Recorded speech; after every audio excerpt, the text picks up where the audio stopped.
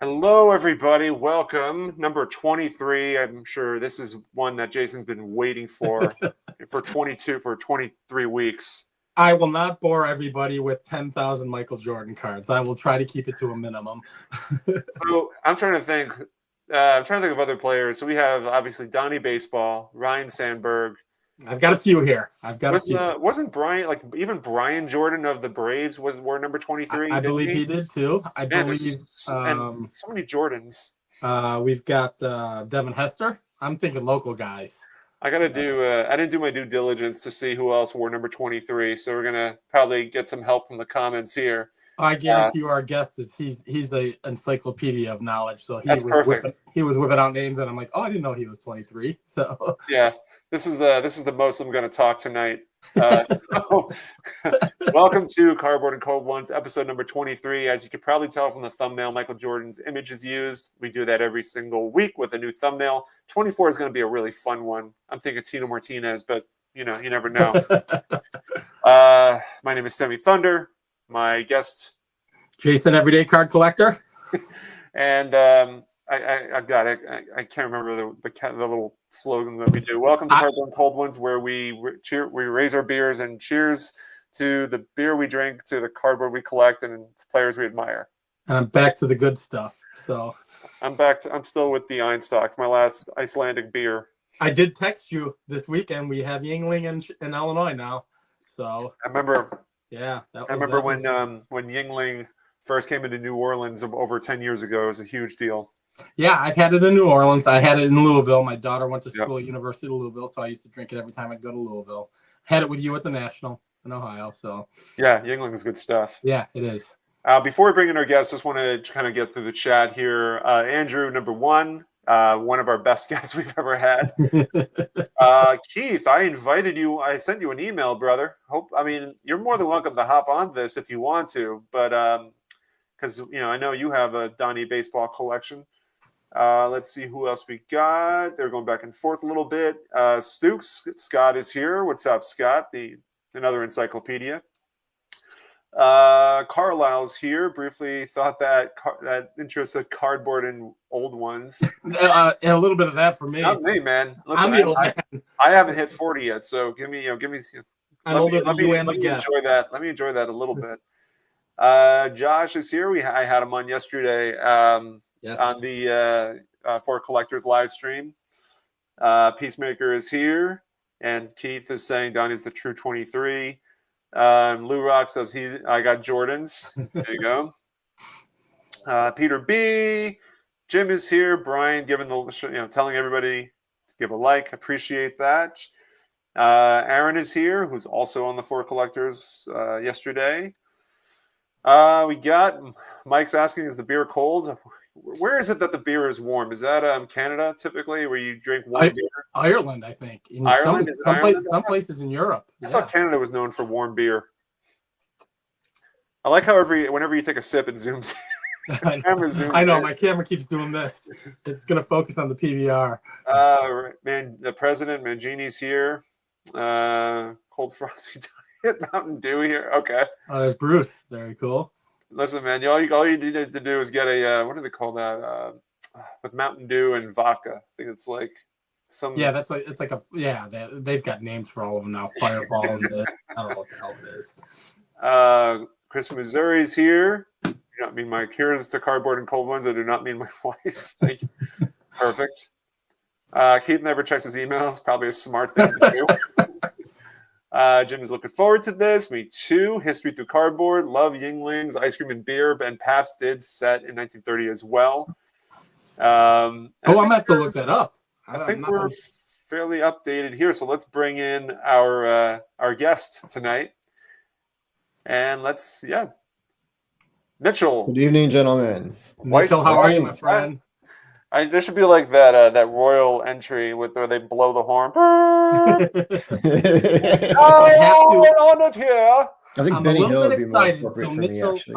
I think Mitchell's like a close friend in the hobby for me because he's one of the first people I met, someone I talk to pretty regularly, almost every day, I think. and I don't know why you weren't on here earlier. So you did ask me earlier, but I wasn't available. did I? Yeah. Okay, good. For some reason, I had something going on. Okay, I'm like, how come he hasn't been on earlier? So yeah, weeknight light streams are sometimes a challenge for me because of work stuff. Right. Happy to do Absolutely. this one. So. But so all of you, right off the bat, because I know everybody messes up your channel name, it's White Sox Fan and Card Collector, correct? I got to probably rebrand it at this point now because everybody stumbles over it. Listen, man, I'm looking at it right now. It says White Sox Fan Card Collector. Yeah, I put the and. That's it. I shouldn't have put the and in. I put the and in, but you're putting the ampersand where it doesn't need to be. If you guys aren't subbed to Mitchell, please do so. Mitchell's like, hold on, I'll take care of right. that. Ton of knowledge. And Mitchell has a ton of knowledge and a set collector. Mitchell, tell us about your channel. I'll let I know about it, so I'll let you roll with it. Yeah, sure. Do I have to introduce the beer first? Go ahead. Yeah. And cold ones. Yeah. Yeah, you got a fancy one too. Yeah, I do. Actually, went local as well. I went Goose Island, Madame Rose, vintage 2017. That's exotic. So it's a Belgian strong ale, fruited ale. So I'm gonna crack that one open.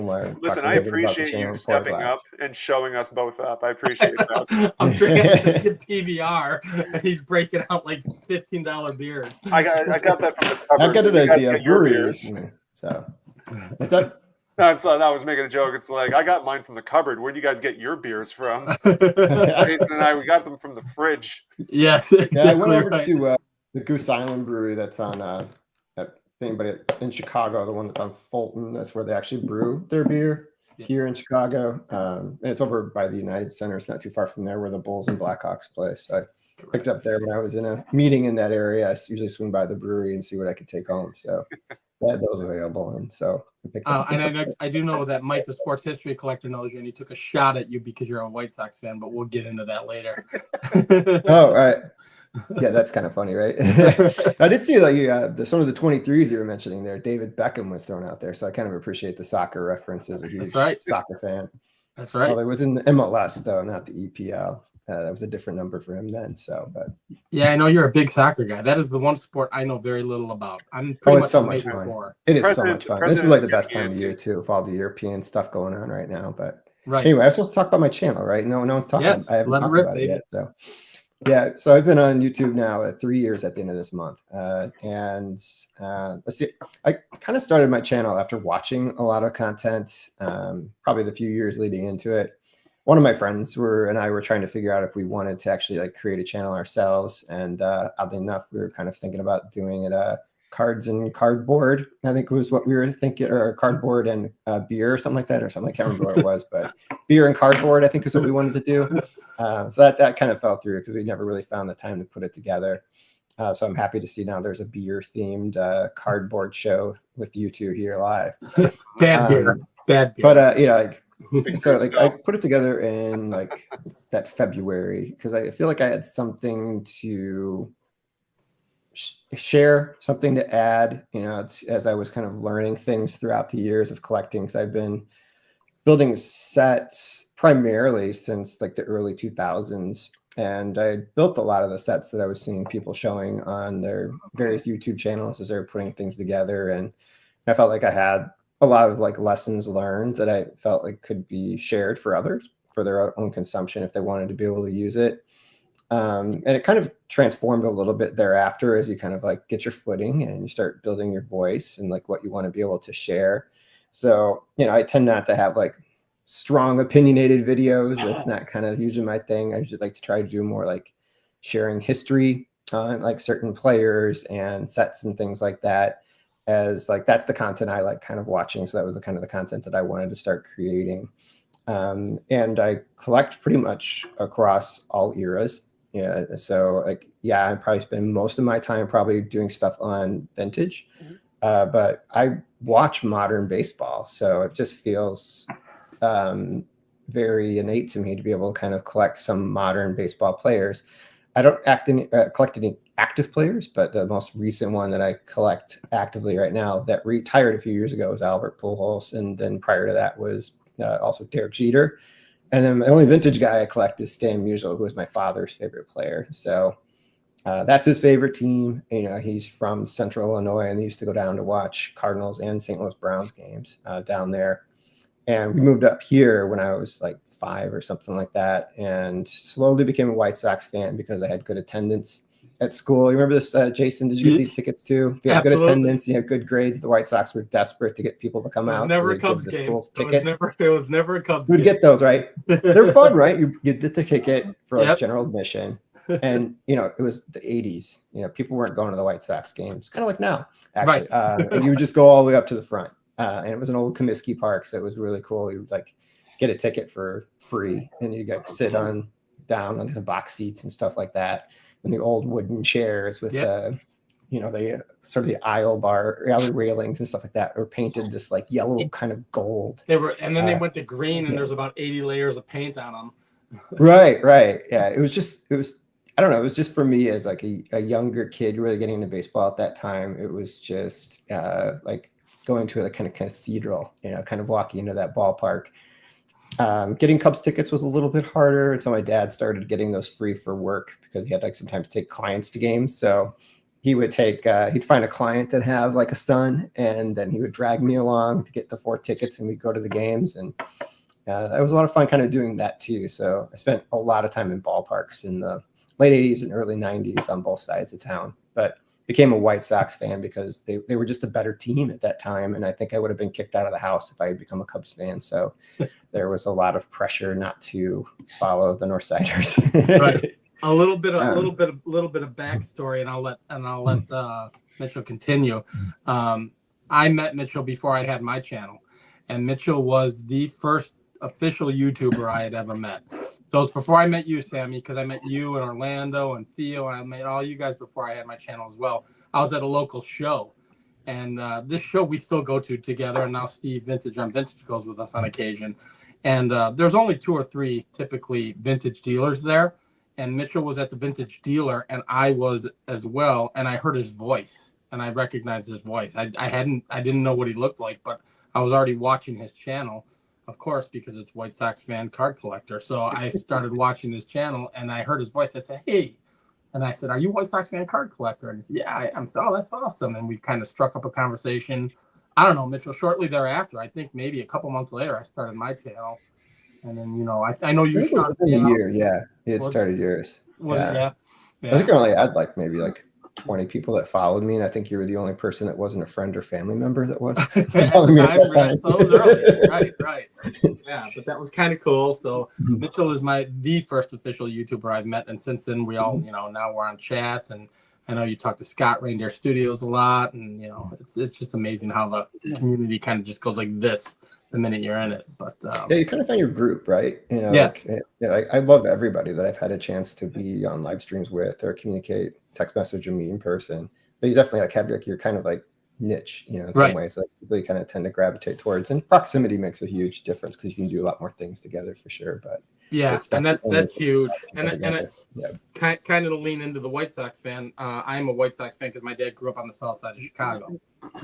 So for those who don't know, in Chicago, there are dividing lines as far as being a fan. North side are typically Cubs, south side are typically Sox. And we are outnumbered probably 5-1 in the city, White Sox fans to Cub fans. But the reality is I was born into it. So my older brother, because he was the Rage Against the Machine type of guy, he's a Cub fan. And became a Cub fan, and the only Cub fan in our family. Most of us are White Sox fans, but he became a Cub fan. I am right. Yeah. Right. I am also a Cardinal fan, as is Mitchell, because he described his dad grew up in Central Illinois, and I was always my first recollection of baseball was the '82 Cardinals. So the 7-game winner against the Brewers and all of that. My dad traveled a lot for work, and traveled in Missouri and St. Louis quite a bit. So he would come back with memorabilia from that team when I was 9 or 10 years old. So I kind of gravitated to the Cardinals even before the White Sox. So we root for the same teams. We're from the same area, so a lot in common when it comes to that. So it's kind of crazy. I think we had a challenge in the chat there from everybody's taking swings, man. Like this is Do you guys actually? So I'm looking at Baseball Reference who wore number 23 the longest in their career, and it is a Hall of Famer. It's a Hall of Famer? Yeah. Probably any sport, or are you talking about baseball? Just baseball. Give me an era. Numbers are like sometimes where I I start. know. It shows here that he wore number 23 from 1968 all the way to 1980 for one team, and then from 81 to 85 on another team, and then finished his career in wore number 23 for the Braves to finish his career. That Ted Simmons. It is Ted Simmons. Wow, very good. See, he is an encyclopedia. Yeah, he was right from. So now I will say one thing. I want to test your White Sox bravado here.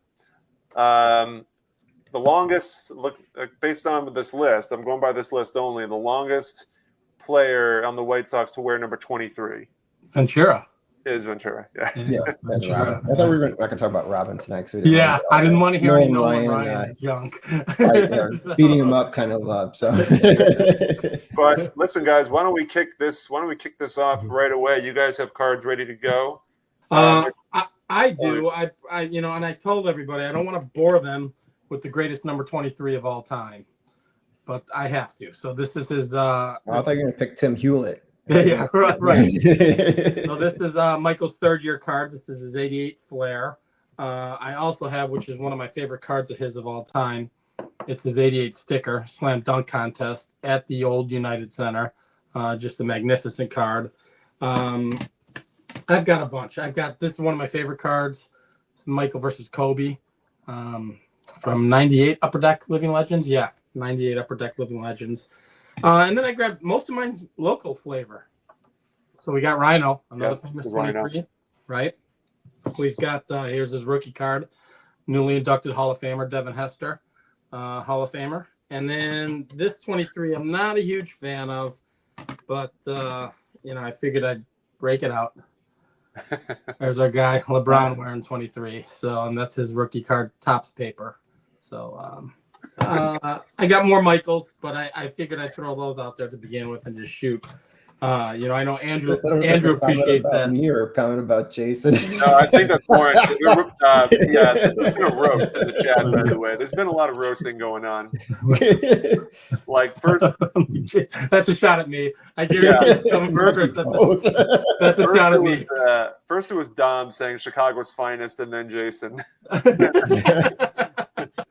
That's like one of John's earlier comments too. That White Sox fans make me smile because it makes me feel better about my Pirates or something like that. For the record, there's nothing in the world I dislike more than Chris from Missouri. But I got to be honest with you. I always say this in all jokingness and all seriousness.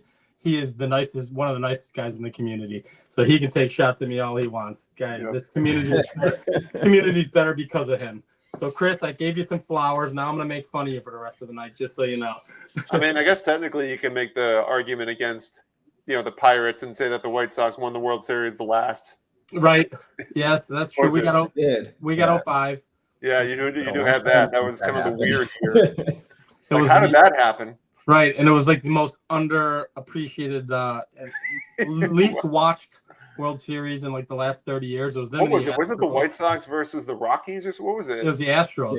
Oh, the Astros. Yeah, the Astros still in the National League. What was it? What didn't the Rockies make the World Series one year? They played against the Red Sox. 07. Yeah. So but I think that got more viewership actually than the 05. Because the Red Sox were in it. That's why. I think because we'll harken back to 05. Probably. As a White Sox fan, their pitching staff was absolutely phenomenal, just ridiculous that year. And people forget how good they were. But they were on fire. And I just heard some recent news, and you might know this a little more than I do, Mitchell. Bobby Jenks was a rookie, and he was the closer. I think he's fighting cancer now. I saw something. Yeah, that's terrible. That beginning of last week, he's like a stomach cancer or something. Yeah, that's horrible. Yeah. And if there was a clip or a video, you can look it up when Ozzie Guillen was the manager. Bobby Jenks was heavyset. He was a chubby dude. So at the World Series, he signaled for Bobby Jenks to come in, and he signaled bringing the big guy, bringing the big guy. So, and then Bobby Jenks comes in. So, and he was throwing. You went to Game 1, Mitchell?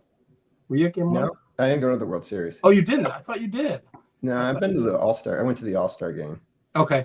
Yeah, in 03, which was fun too. Yeah, I was at game. Which one rained? I always forget one or two. Two it rained. I was at game 1. Pasetnik walked it off. Yeah. I was at game 1. Jermaine Dye hit a homer. So I think you're losing viewership right now if us going a deep dive on the. I know. I'm gonna do a deep dive on the 05 Sox now, just to watch me get about 5 views on that one. Listen, man, viewership's going up, man. Who wore We're at 23 on the now. White Sox that year? Right. Sammy, ask Jason and your guests if they remember Tito Landrum. Tito Landrum was a little bit before my time. You remember him, Mitchell? I remember him, but I don't remember watching him. Yeah, I think he was a little bit before my time, actually. Who do I remember? I remember reading a local paper here, the Sun Times, and Lamar Hoyt was in the clubhouse and fell asleep with a burrito on his stomach. I remember Lamar Hoyt. I remember Greg Luzinski was with the Sox when from the Phillies to the Sox. Harold Baines, the greatest Hall of Famer of all time. I remember him. And Shoeless Joe. I don't remember like shoving a hot dog down his mouth, going up to the plate, and then hitting a grand slam. Right. He had a lot of fun in the 70s with the Sox. I think Chris from Missouri might remember Shoeless Joe. He was still alive, or he was like about 5 years old when he was playing. I think the question was like, is there a top 100 White Sox player? Like, I guess. I mean, Eddie Collins did play more seasons with the White Sox than he did with the Athletics. Yes, he did. So he's over 5 years. Kind of thought more as an Athletic because they won more. Right. And he was in the terrible era after the Black Sox scandal, where he's one of the guys that was still on the team. Yep. And they just lost for a decade or more.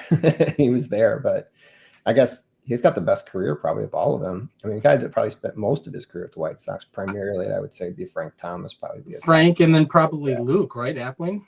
I don't know if Appling's in the top 100. I mean, he's like the second best White Sox player, but we don't really have like all. Just overall top 100. That spent most of their career at the White Sox, in my opinion. Yeah. Joe Jackson also didn't spend. I mean, he spent more years with the White Sox, but he was also with other teams too. So Nelly doesn't get the love. Nelly and Aparicio don't get the love they should. I think they did plenty. The Go-Go Sox at 59. Yeah, we've had a lot of good shortstops over our career. Correct. Yeah.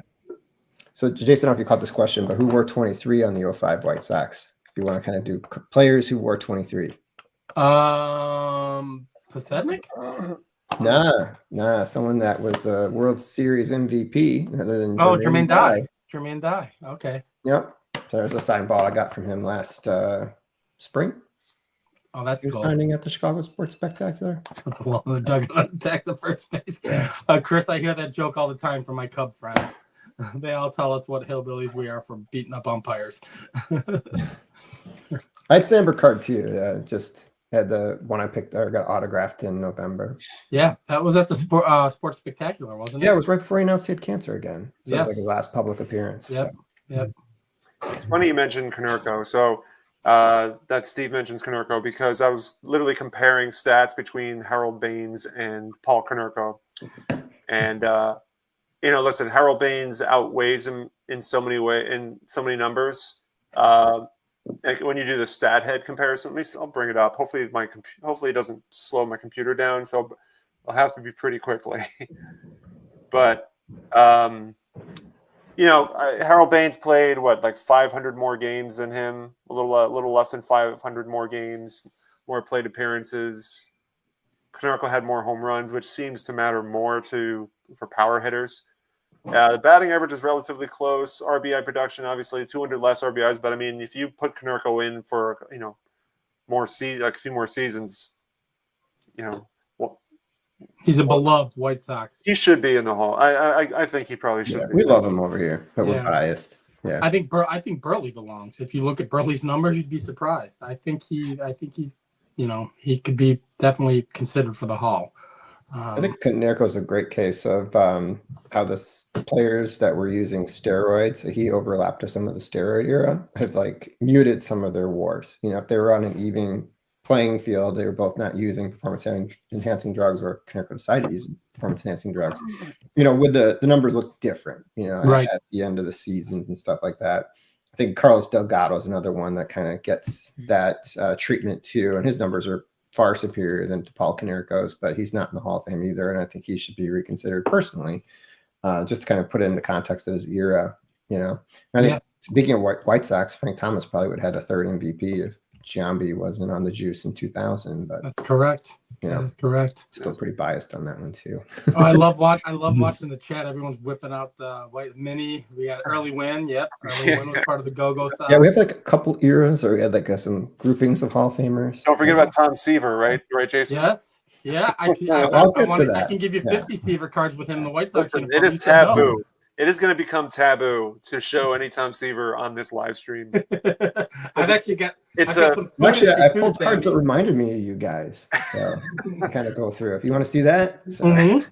Listen, man, I'm going to give you the floor right now. All right, I'll start with Jason. So I know he likes this one. Yeah, Sherm Lawler, and his favorite player, Sherm Lawler. That's a great looking card. First Gold Glover for the AL. And Sammy, whenever I think of you, I think of the Bill Dennehy rookie card. Yes. That's awesome. And then together, you need like a mascot or something like that. I think you need the Tom Seaver autograph. Get that away from me. Get that away from me. That is a beautiful card. Get that away, man. It's probably the prime of his career. The Red Sox, though. Yeah, would you not want to see him in? He should have went in the Hall as the White Sox. Now I'm going to play the Mookie card. He should have been a great White Sox Hall of Famer. No. Of course not. Fisk should have, though. Yeah. Yeah, I just best White Sox was Ted Williams after his wife accidentally bleached his uniform. Incredible. We have a collection. They don't get the love. Nelly doesn't get the love. I think Minnie gets the love. Minnie bopped around though. Minnie was with the Cardinals. Minnie went back and forth to the Indians, which all ties into the Bill Veeck thing. Mitchell, have you been to Miller's Pub downtown in the Loop? Okay, so you've seen the Bill Veeck wall because I know. Yeah, Scott wants to go there, and I was trying to explain to him like it's not close to where the National is. It's not. But it sounds like people won't be staying close by the National either. So yeah, that's what I'm kind of hearing. Blue line. So we'll just jump the blue line and go. I'm going to play tour guide during the National because I think I'm going to blow. You're going to be the Scott. Yes, I think I'm going to blow my money at Strongsville. Matter of fact, I know I am. So, Mike, I do have Gary waiting for you. I almost pulled those out, but my office is kind of like a disaster right now because we're actually redoing the card room. So it was kind of a struggle pulling these things out in the little time I had after I got home. Oh yeah, but he worked 23 as well. I have his autograph too. So 2 of his autographs. Bo Jackson still lives here locally. He actually was friends with my father-in-law. And my wife worked at a company where the president of her company is in charge of his, the Bo Jackson Foundation. So I got to meet Bo, and I've got a picture with Bo, and I've got an autograph from Bo from my father-in-law. He used to do business with my father-in-law, so he's still local to this area. Wilbur Wood, started at ICP to B. Al Simmons had a few good seasons. He didn't. Yeah. So for those who don't know, one of my many thousand projects I'm working on is to get a card from any Hall of Famer who played for the White Sox for more than 5 years. If they started out as a rookie with the Sox, I'm getting the rookie card. If they didn't start out with the Sox, I'm getting their first card in a White Sox uniform. And all I have left are the big hitter cards. So I need the Ray Schultz. I need the Ray Schultz. Which are they taking shots? Oh my God, are they? I love it. I need Rick the Flipper. By being a White Sox, it's not. I don't know. Actually, like the Cracker Jack White Sox cards are very expensive. Listen, the Black Sox. Everybody wants those cards. I need the Ray Schultz Cracker Jack, and I need the Eddie Collins Cracker Jack. Those are the first cards in the White Sox uniform for them that I know of. So those are going to cost a little bit. So I'm down to the big boy cards. It was easy to get the Harold Baines rookie and the Tim Raines card, and that was all easy. If you couldn't find that one. The 81 Topps updated Carlton Fisk, that was easy. So made a pun by Petty, but I really liked it actually. Racing was Melton. Bill Melton. Yeah. I've got an autographed ball from Belton Bill. So rest in peace, man. He passed away in December. So I invited Keith to join, and he is here because he also has a Don Mattingly collection. So I hope you guys don't mind that jump him on. What's up, Keith? What's going on, guys? He needs to check his emails is what he needs to do. Here you go. Well, I shouldn't have used an email because I don't check my email ever. So. Yeah. By the way, did you get all that white gunk off of your kids' cards? Oh, it was ridiculous. On that video, I was at the house and I opened the drawer and it was just cards strewn about, and I was like, no. I took them all, I collected them up, and I brought them back and I went through them. So, Mitchell, Mitchell and Keith, have you guys met? First time meeting? Nope, first time. Keith, Nice to meet you. Nice to meet you. Mitchell, Keith. I met Keith at the National for the first time. I got to you. I didn't actually physically watch you buy it, but you got your 59 Mantle bazooka. You watched me pre-buy it, and then I watched went you back later pre-buy and bought it. Yeah, yeah. So that was kind of Smart cool. purchase. That's a nice card. Yeah. And now the aim is off Mitchell, and now it's on Keith. Yeah. No pressure. No pressure. Fire away, Keith. Actually, it's like a rotation. It's between Jason, the White Sox, and Keith. It's not even about Mitchell. It's really just Jason. Yeah, I think most of the shots are coming my way. I'd have to believe, and I'm okay with that. There you go. Well, what do you want me to show some Mattingly cards? Since I want to see some 23. I want to see some 23s. I don't know anybody on the Yankees who wore them. All right, so here you go, Jason. This is for you because I don't have a ton of them, but there's a modern card for you, Jason. There you go. Attaboy. I got a few. This is the 92 Dominator. That's nice little auto on that one. That's a great card. That's cool. Card. Yeah. Yeah, I actually almost bought that card at the National, and I didn't, and I ended up buying it on eBay. Here's another beauty of Mr. 23. That's that was my first. If you care, there's a grade on there, but that's a beauty, and that's a Tiffany. Oh, nice. Love that one. Can't do a Mattingly show without that one, right? There you go. Of course. Peter, Believe it or not, we're coming back to the White Sox. Don't worry. Do not worry. Well, I'll tell you, I wasn't ready for this, Sammy, so I just grabbed a bunch of stuff real quick out of the. Well, thank God you're in your basement where all the cards are located. Thankfully, Sammy, you might remember this one. Of course I do. Mattingly, but since I'm on with you, I had to show that one. Sammy helped me. I was witness for that one. That one out. I feel very these corners. I feel very proud of being an assistant, of like being the John Stockton to that purchase. Yeah, there's a firm assist on that one. There you go. I'm just pulling stuff, guys. So this is the Mattingly Baseball Cards magazine. If you watched the Lonely Basement channel, you know I love my baseball cards magazine. Yeah, it's got the two cards still in it. I have my childhood cards out of it. Here's one. This is a Brent Richards special right here. He got me on this one. This is the bookmarks. What year is that, Keith? These are 93. Okay. Yeah, that's the bookmarks. It actually doesn't fit in the top loader. It's a hair over the top loader. So this is a tall boy, so I don't know what I got to put it in, but it's just a hair over. Right. Keith, do you have that 82 police Columbus Clippers Mattingly? Let's see. Columbus Clippers. We got that one. So those are pre-rookies and Arby's. Yeah, that's the first one. I don't have the 82 mustache too. Yeah. I don't have the 82 TCMA. That one is actually in my watch list. I'll probably be buying that pretty soon. And then this is the one I think you're talking about. Yes, that's it. Yep. Yeah. And then as a diehard Mattingly collector, as a kid, I had the fake ones, so they're still in the collection. Those aren't cheap, are they, Keith? Like they're not like. Yeah, so that's the real one, and that's the reprint fake one. Classic 80s. They also made this one. This is not a real card either. The seller was probably like, "Yeah, got him." Well, I was like 10 or 11. I knew it wasn't. I knew it wasn't the color version. But yeah, I know. I couldn't afford this one back then. So, like many of us, I could afford it now, but not then.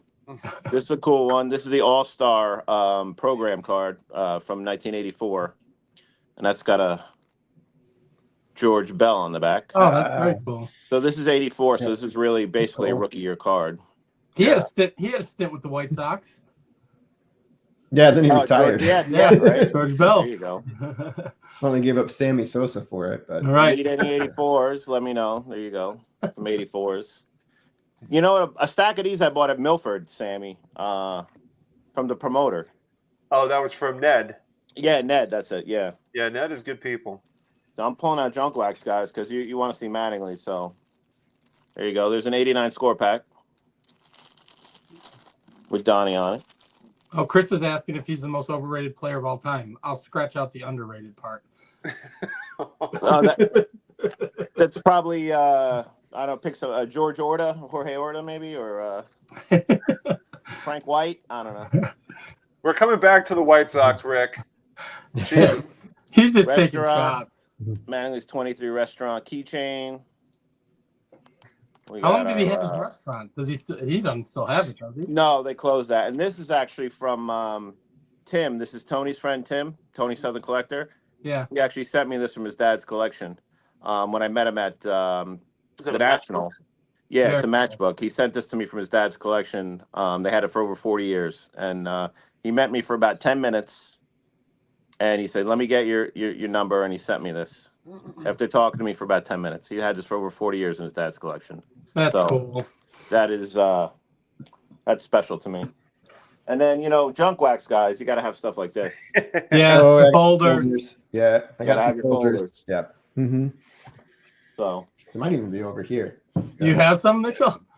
Not the Yankees, but comic book. I have them in here. Oh, we're definitely going back to the White Sox. Go ahead. Oh yeah, I do. I can do this all night. I can do this all night. Hold on, Keith. Just for continuity here. Go ahead, Mitchell. It's everybody's favorite, Harold Baines. There it is. And Carlton Fisk. Fantastic. But that's what I was talking about, like being in that stadium, man. Those green seats, yep, and the yellow railing. Man, it brings back memories. But I do have to do a plug, and I have to do my due diligence because I haven't followed through on the shit, but it's going to happen in the near future. Everybody watching, if you haven't had the chance, and Mitchell actually plugged this on his channel a while ago, there's a documentary on YouTube called The Last Comiskey, and it's a fabulous, I think, 4-part series about the final year in Comiskey and how the Sox were actually pretty decent back then and made a run.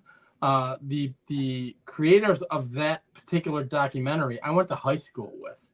So my plan was to possibly interview them on my channel. But I implore you all, if you get the chance, if you're interested in watching The Last Comiskey, it's about the last season. They get in depth. They did their video during COVID. So they got interviews with players. Nancy Faust, who is the organ player, was the original organ player at Comiskey.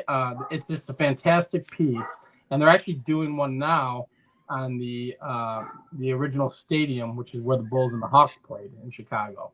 So again, it's called The Last Comiskey. Just look it up on YouTube and take a peek. And I need to do my due diligence and get those guys on my channel and just have a little chat with them because I've known them since I was probably 11 or 12 years old. So it's very cool.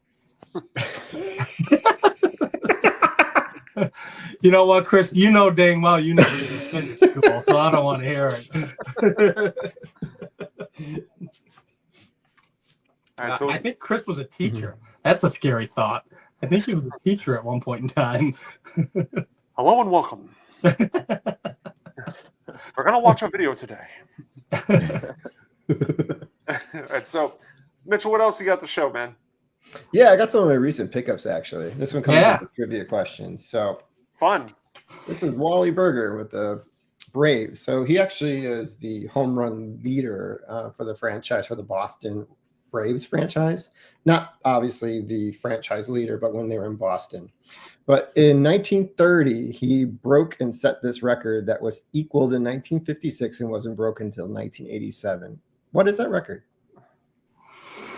It was equaled in 56? Mm-hmm. Was it equaled by broken Mickey? in 87?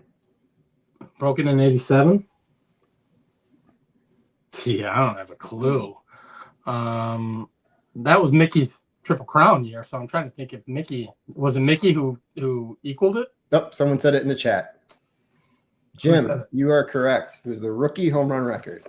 Oh, Jim, of course. The other it stood for a long time. It was tied by Frank Robinson with the Reds in 56, and then was broken obviously by Mark McGwire in 87. But. Yeah, but was he, with the juice? No, he was thin then. He was little Mark McGwire. Go look at his 87 tops. Yeah, he was just starting. Yeah, right. There's a couple diamond stars. That's all I got. So working on the set. If you watch my channel, you're aware of it. And then I got Earl Averill from the Cleveland Indians, now Guardians franchise. So those are the two I kind of picked up. in the last Very month. And along with the Pools card, but I don't know if you guys want to see that. But I love them. No, well, you picked up a big one when we were at the Sports Spectacular. Do you have that, or is that set aside? It's like I said, it's in some boxes at the moment, so we can say when what the it card is. room Man. is finished. But yes, Roger Hornsby. That was a really nice condition, Roger Hornsby. Yes, beautiful conditioned Roger Hornsby Diamond Stars. Yeah, I'm getting closer. I think down to 39 cards I need to finish it. So at some point in my lifetime, that set will be done. Right, and you finished 48 Bowman, correct? Mm-hmm. Yeah. Mm-hmm. Very cool. Very cool. So I have 2 cards of players that were number 23, and I have a bunch of cards sitting on my table because I'm selling a bunch. This is actually for sale. He wore number 23 for the Tigers. Willie Horton? Yeah. Deckle Edge? Is that a Deckle Edge? Yeah. That is the Deckle Edge. It can all be yours for $1. And this is part of my giveaway for the Lee May. Part of the Transagramorama that I'm doing right now. Yes, you officially hit 3,000, did you not? I did, yeah. Congrats, my friend. That's phenomenal. I think the 3 of us were all smaller channels here, so to see that's 2,900 of them are Click Farm subscribers.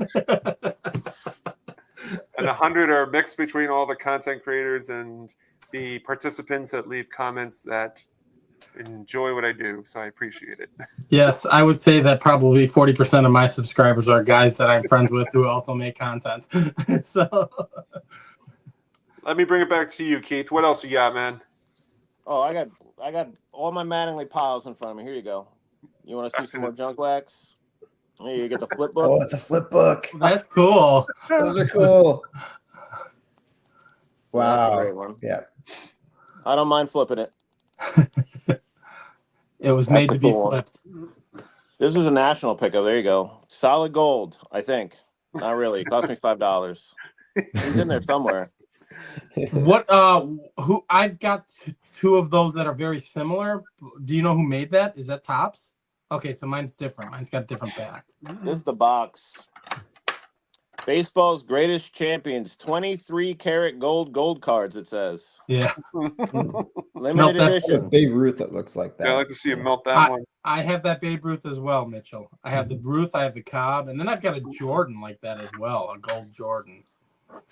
Yeah, that's my $5 gold card. I got to be worth more than $5, right? Yeah, I'm going to retire, right? I am going to retire off that one. We got the Donnie restaurant set. Oh, that's cool. There's a 23 for you right there. Don Mattingly looks so different. A little different there. Well, it's funny you say that. Let's see. Hold on. Well, the This price is tag the was Sports covered. Illustrated. Bjorn. Hey, that's for Mangini. Little tennis. This is Don Mattingly's first 1979, his first ever appearance ever. He was a high school player. Jesus. And he got this little the little blurb in here, if I can ever find it. This is great for live, right? Yeah, but hey, we pivot. It's Billy Martin again. There you go. Just gotta have some on hold music. There you go. Summer in Montreal. You want to see that? The Expos. You can flip through it. Mangini was on a live yesterday with George, and they stepped away from intermission. That was good live, actually. That was entertaining. It was fun, but they stepped away for 5 minutes. Yeah, Peter knows, man. Look at that. There he is. Look at all. That's cool. Mattingly, 18 years old, an outfield pitcher, batted 500. Yeah, that's what high school kids do when they go to before they go to the major leagues. Right. Yeah, you hit 500. They all bat 500. Yeah. I guess that's why I'm sitting here, right? because you were batting 127 probably. I was your classic great little leaguer, and then all of a sudden those fastballs started. They just started getting too fast. There's nothing you can do about it. You can have a beautiful swing. You can practice all day long. You can hit off the tee. You can do all. But when that fastball gets too fast, God makes those hands one way or the other. So. Listen, man, I knew my high school career was over when they had me going from overhand to submarine. I was like, "Yep, this is all downhill from here. You would be scary coming from the side, man. Right. That's where the Big, Sammy tall. Thunder name comes from. That Randy Johnson style coming. No, not three-quarters. even like Young Kim style, man. That's what I had. Well, you No, had an injury it's too, a though. Paul Yeah, didn't the you? Austin. Quisenberry. What's that? Oh, Did you have an injury? I did. Yeah, I had an injury because my coach hired this professional workout guy to come, a fitness trainer to come in the summer and train us, and he injured everybody.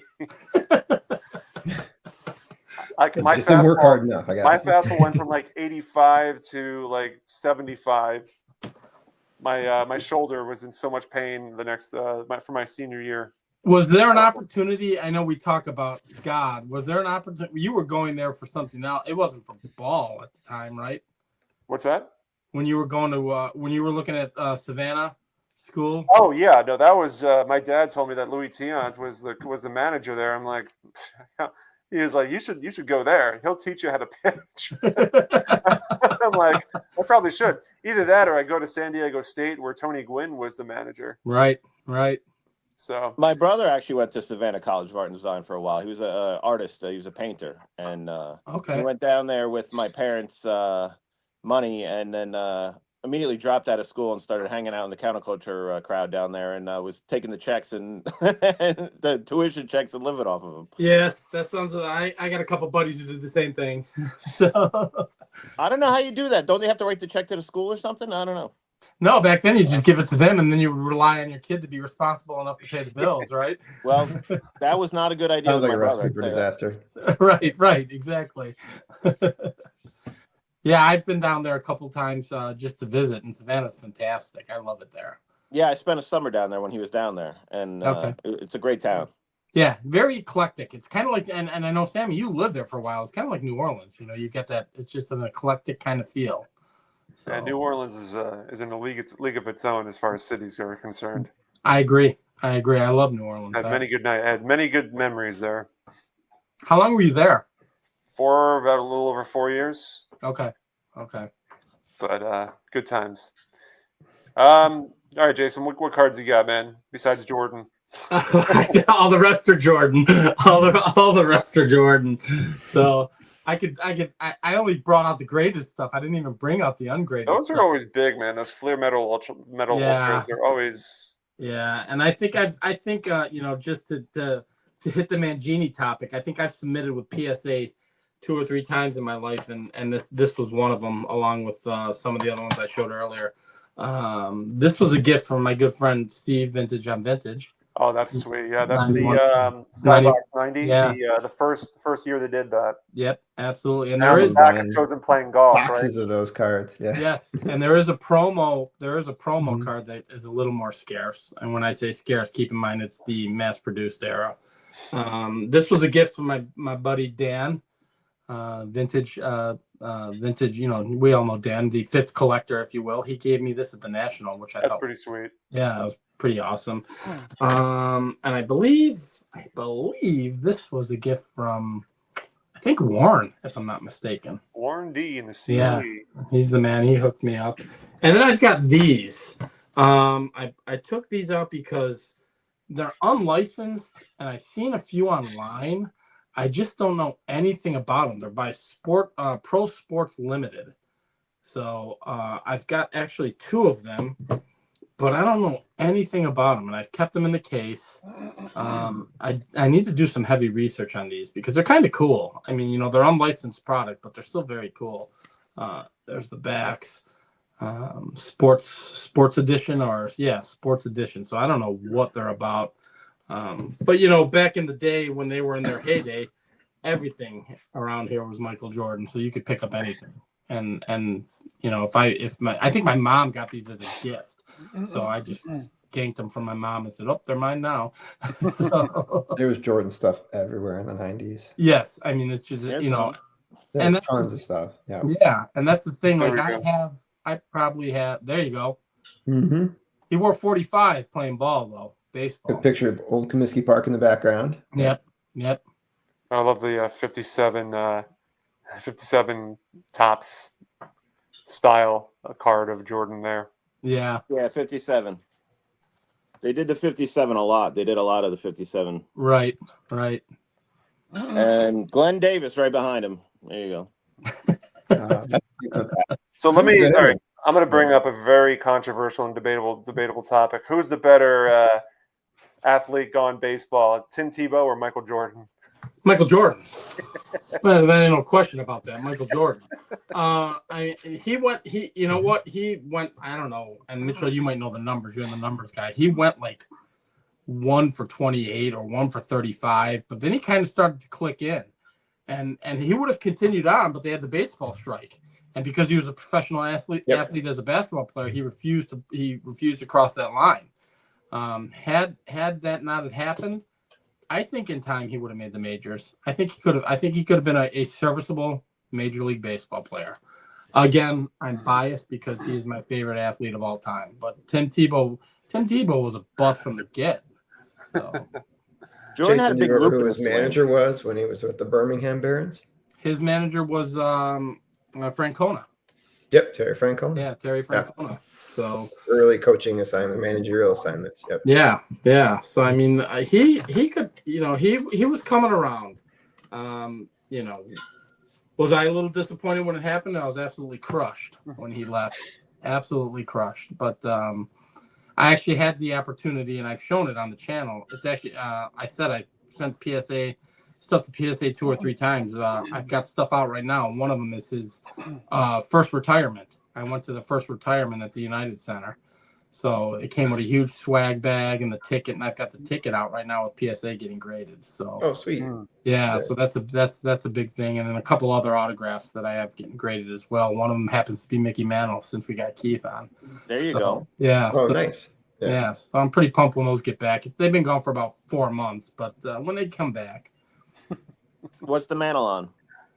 it's on his. So it looks like the postcard from his restaurant, but it's actually it's the same image, but it's from his fantasy camp. So had to be like early 90s. Same exact image as this postcard. Yeah, I got the postcard of it. yeah. Everybody thinks it's his restaurant, but it's not. It was his fantasy camp. So the same, but the same picture. You're exactly right. And then I got a wonderful gift from somebody I don't like to talk too much about, but Chris from Missouri gifted me a 55 Bowman with Minnie Minoso's autograph. So I've got that out for grading as well. So that's sweet. That's a nice card. Yeah. So as much of a jerk as he is, that's how cool he is too at the same time. The autograph I have is on a Cardinal card. Right. As a White Sox fan, that feels like sacrilege, right? I never liked the 55 Bowmans, and now they're growing on me. I'm the same way. It's weird. Like you didn't like them, and then you start liking them. I don't know. Yep. I didn't like 62 tops either. I didn't like a lot of the older like wood grain / everyone's hype on 87 tops because that's our generation. I was never a huge fan. I'm an 84 tops guy if we're talking mass produced era. I love 84. I think it's because we grew up with that TV on the floor, Jason. Exactly right. And you were the human clicker. Your dad wanted to change the channel. You had to get up and change it for him. So that's how it worked. My dad didn't let us change the channel. He's like, that's what we're watching. Right. It was always news. And then MASH at 10 My dad liked Jeopardy and Wheel of Fortune. He was obsessed. Okay. Every night at dinner, it was Wheel of Fortune and Jeopardy.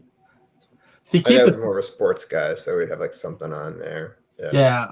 Saturday morning or Sunday mornings was always Formula One. Well, we only had 2 through 13 back then, so. Right. Well, there was channel 44 for us. If it would come in, and you get like Spectrum Man, and you get like all that. Ultron. I think it was 54 for us. You turn, and it would just be like all fuzzy. And Right. Yep. So we're old. Mitchell and Sammy are young. You're younger than me too, aren't you, Keith? How old are you? 48. I'm not that much younger than you, younger Jason. I'm not that much younger than you. How old are you, Mitchell? I'll be 48 this year. Yeah, I'm 51. So that's not that much younger than you. Sammy's like 12. Yeah, but I have facial hair. Yeah, I'm not Chris from Missouri old. That's like 108. So I'm good there. Chris from Missouri's first baseball game was listening on the radio. That's right. Jason, did you hear on that live last night? Rick said he said he got something signed at the 1920 National. He meant 20, but he didn't correct it. He said, "I got this signed at the 1920 National," and I was like, "Oh, geez." He might have been there. That's pretty accurate, I would think. It smells like dank cardboard in here. Oh, there he is. Yes. That's my boy Dave. Yep. We keep trying to get him here, but Thursdays are just not the best days. But at some point we will get Dave, Legends of the Dugout. He's just afraid. He's afraid to be on. No. he's working. He's working on a Drysdale run. He's got a lot of cool stuff. Orlando says he's Chris from Missouri old. Orlando used to chum it with the dead ball era guys. That's right. Orlando's too nice to consider him old. Chris, he's ancient. Orlando, nah, Orlando looks better than me. Orlando also walks for like afraid, 3 hours every morning and does a live stream. My favorite is when I'm working and he's on one of those and I'm chatting with him while I'm working. It's phenomenal. There's Dave. I'm not afraid. Yeah, we'll get him on at some point. Yeah. All right. So who's got some more cards to show? I have a ton sitting here, but it's not 23. Well, Mitchell, you're reaching for something, Mitchell. We haven't seen a card from you. I mean, There you go. I don't have any pulled at the moment because, like I said, it was kind of a rush when I got home to get things. But got some interesting magazines and things. So give me a minute. I might be able to get some All right. stuff out. I think Keith has cards in. I could keep pulling. I got a box in front of me. So, these are some more recent ones. I'm trying to dig into the 94, 95, 96s. Oh, that's cool. Yeah, these are the Fleer. These I actually pulled out because I was showing these, I think. These are 93. They're big ones too. This is a cool one. This is the Griffey Mattinglys. There's a hologram inside. You rip it open, but I didn't rip it open. I'm scared to rip it open because I'm going to rip the card. I don't know. Didn't Brent show that recently? He did. He did. Yeah. And we got a little gold micro. You can see it. Yeah, man. There it is. Fifth collector. He wants to see us tonight. OPG. I love the 86 with the OPG underneath it. I think that's cool. 86 is my jam. That's my set. Yeah. That was me ripping packs. I was ripping packs back then. These are pack ripped. Yeah. 86. A lot of these I've had a very long time, some of them. There's my Leaf. Trying to get all the Donruss Leaf lined up, but there's just piles of all this stuff. I could go all night with this stuff. I got one of my favorite cards Classic from the box. That's cut from the box. Do you have a Nestle Mattingly? You know what? It's on the list. The Nestle Nice. is on the top of the list. There's a couple. There's actually one that I was staring at. It's they were faked. It's in one of those USA holders, and I was like, it could be real. It's a good deal. I'm like, it could be real, but like, don't do it. Don't do it. But do I take the gamble? Yeah, But they were faked pretty well. The Nestle Mattinglys. I was right at the peak when they were faking a lot of '80s stuff. I've got my 86 Slurpee disc of Tom Seaver with the White Sox. Get that away from me. There we go. But it's not only is it Seaver, it's Nolan Ryan and Steve Carlton. Man. Yeah, so that was kind of cool. I love those. I have a bunch of food issue stuff here because we just did that episode on Tuesday. We did our Mount Rushmore with me and Aaron, Value Vintage. Mm-hmm. And then we had Theo on. So I have a bunch of food issue stuff. I've got the Salada Coin, 63, Aparicio. That's Slurpee. I've got a bunch of Hostess that we showed. A bunch of 70s Kellogg's. And then I didn't show any of the discs because we were doing 60s and 70s. But these I actually pulled out of Slurpees as a kid and kept them. So there's my Craig Biggio. Red Sox legend Seaver. Get out of here with that. And my Roger Clemens. Oh, and I got Lee Smith. There we go. Another beloved Cub. Listen, he got that Long John Silver cards, Jason. I don't have. Do you have some, Mitchell? No, I used to. I have some of those. I don't have any. Seaver got that 300th win against the Yankees on Phil Rizzuto Day. They brought up the cow, and Seaver got his 300th that day. Oh, yep. really? The White Sox. Okay. Yeah, it was Phil Rizzuto Day, Should have 1985. complete game too, didn't he? I believe he did. With the Mets. That's why he should be in the Hall of Fame as the White Sox. He got a so why not? The Mets should have kept him then, Sammy. Listen, They're playing the White Sox. They saw a deal when they saw it. things were a lot different then. We didn't have Uncle Stevie at that point. Well, did he go to the Reds first after the Mets? Reds, Yeah. Yeah. And he came back to the Mets with the White Sox. And he was on the 86 Red Sox, too. Yep. Right. Mm-hmm. All right. Flip it over to Mitchell as I'm putting cards down. Got the I pulled out magazine. some stuff that was in my file cabinet and stuff like that. But this thing's got 2 goats on it, actually. So you'll kind of appreciate this. We have Harold Baines and Mickey Mouse. Oh, my This was one of the giveaways like in the 80s when you go to the my baseball God. games and stuff like I was that. going to say Harold Baines and Goofy. This is one of the best one, I think.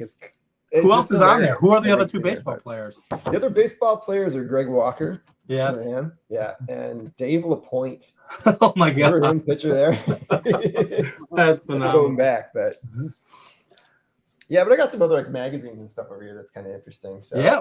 a program. I picked this up last year. It's actually so they had different programs depending on if you were the home team. Like so, this is the one they gave away in 1959 at the World Series if you went to a game at Comiskey Park. Yes. They had a different one if you went to the game in the LA Coliseum. But I need to picked get this up one. last spring at an antique shop in Yeah. Wisconsin. So it's beat to shit. Pardon my Right. language, but it's still really cool. 'Cause I never owned one before, but it's fun kind of looking through the things. I need to get one. I really do need to get one. Yeah, they're not terribly expensive. Yeah, what are they? 40, 50 bucks? Yeah, I paid about that in this condition. Yeah. But to get a little better condition, you can pay a little bit more for it. But I have the program for my very first White Sox game, including actually what the giveaway item was too. So over here, Holy it was cow. a game in 1986. We went for my birthday when they played the Baltimore Orioles because Cal Ripken was my favorite player at that point too. So there it is, the White Sox program from 1986. Join That's the spirit.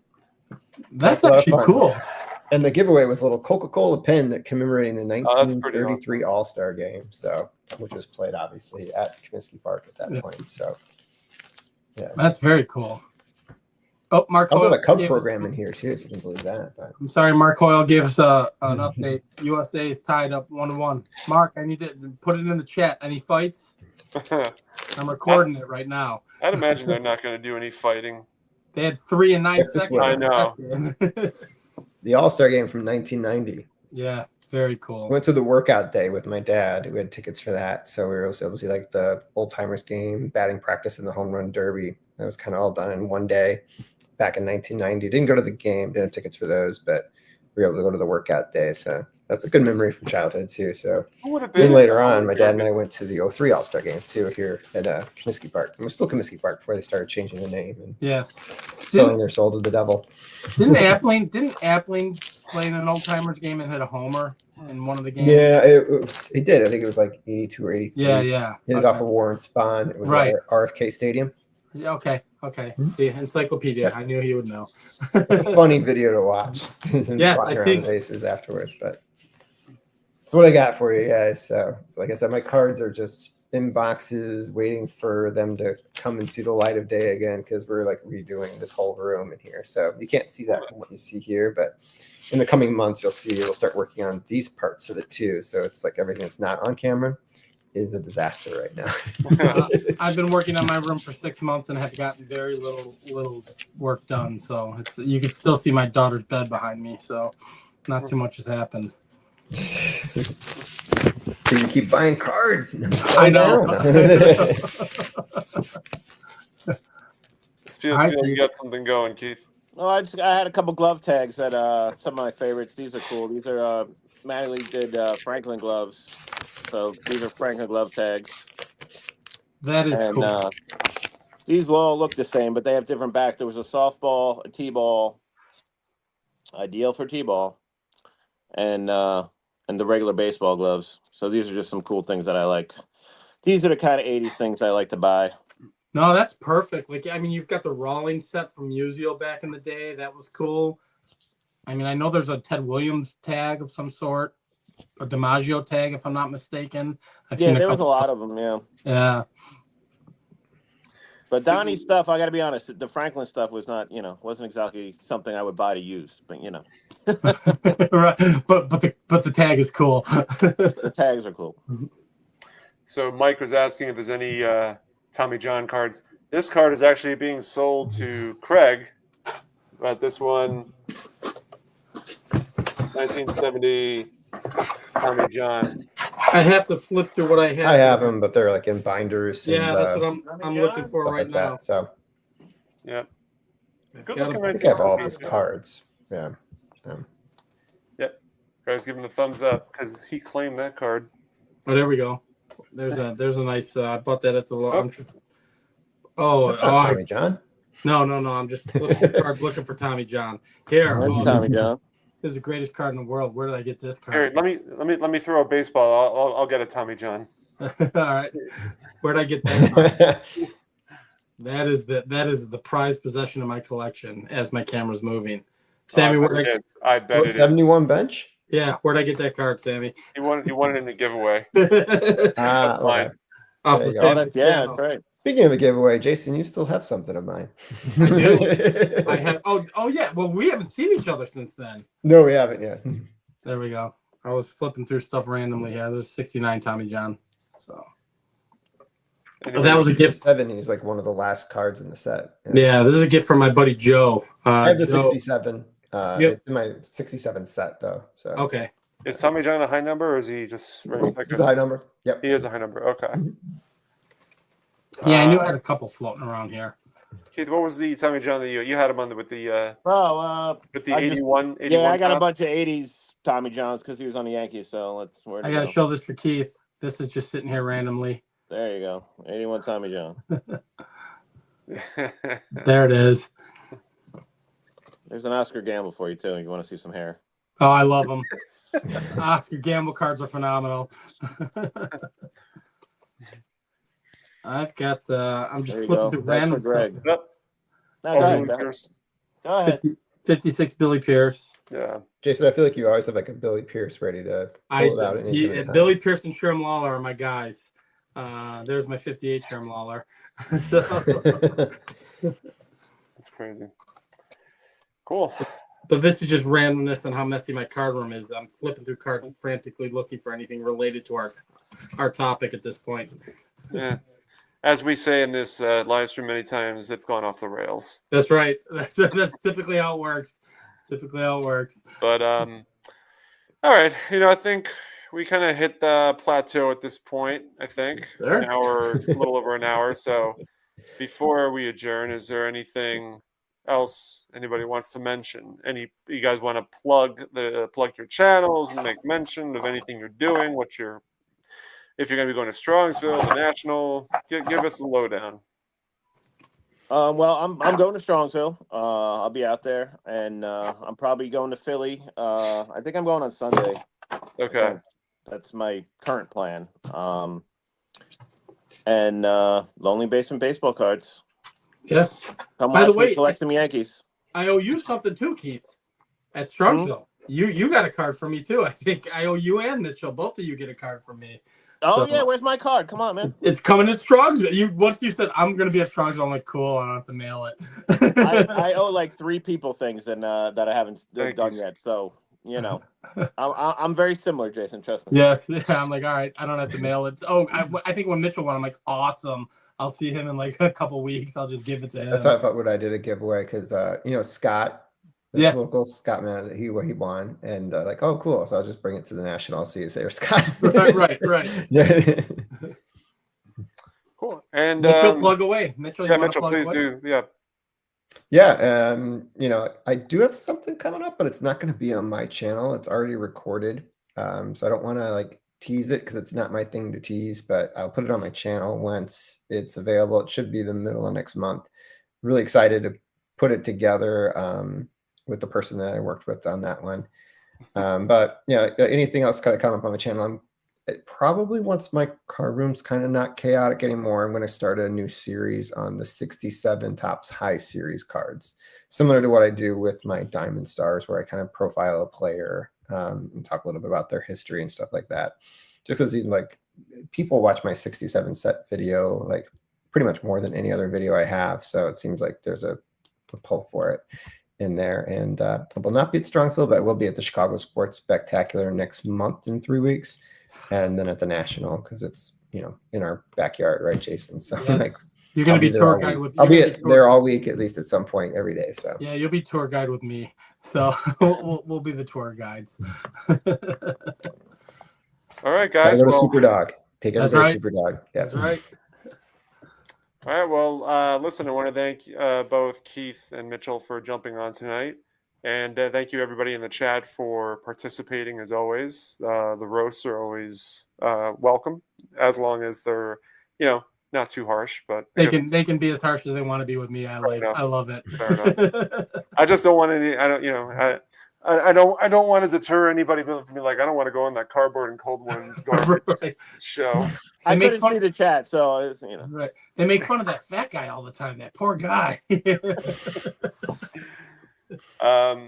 Somebody, I read somewhere before we finish. I read somewhere that somebody put a $100 bet down that the White Sox are going to win the division this year, and if they win, they'll get $8,400. The White Sox are going to lose 100 games again this year. I know they are. They are. They're going to try and sell us to go watch the Birmingham Barons because it's the future. Right. So, right. Okay. All right. Thanks for selling your soul to the devil. Right. Sorry, Mookie, you're a little late, friend. But next time, we'll be back next week for our Tino Martinez show for episode number 24. That's right. Exactly right. We have we have many picks for 24. Obviously, I'm going to be a bit biased here and choose my guy but we'll see. Awesome. All right, everybody. Thank you guys so much for jumping on. We'll see you next week. Take care, everybody. All right. Thanks, guys. All right.